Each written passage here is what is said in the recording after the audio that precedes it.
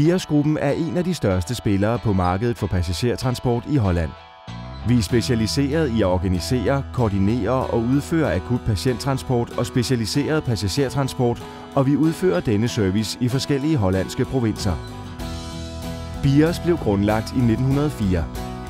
Virksomheden har altid været aktiv i forskellige former for specialiseret patienttransport, såsom taxaservice og transport af ældre borgere med mobilitetsproblemer.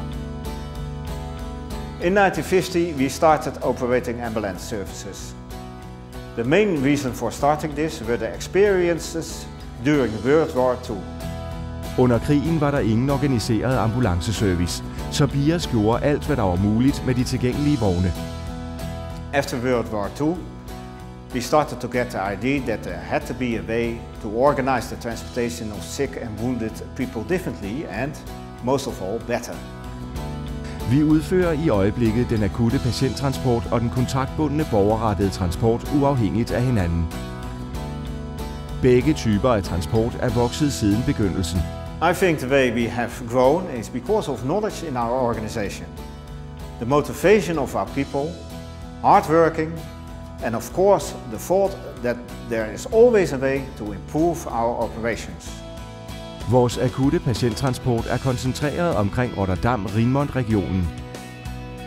En region med 1,2 millioner indbyggere, der spænder over et område på 856 kvadratkilometer.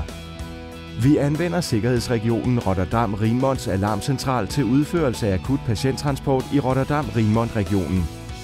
Rapporterne sendes videre til et af vores akutkøretøjer, når alarmcentralen modtager et nødopkald. The ambulance is staffed with an ambulance nurse, an ambulance driver.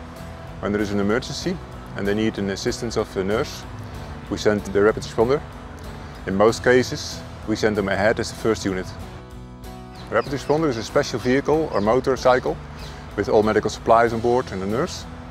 It's not equipped to transport the patients, but is only used to reach the spot as soon as possible.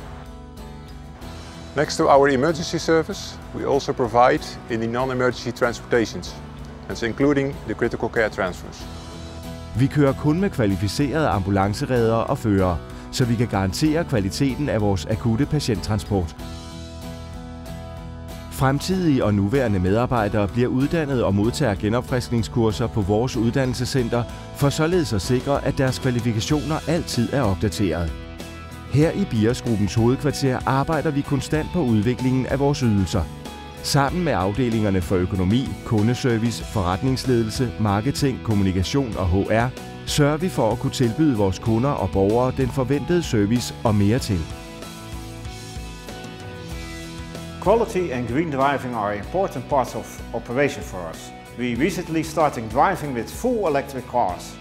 For the future, this is definitely something we will keep our focus on, together with improving our services for a better customer experience.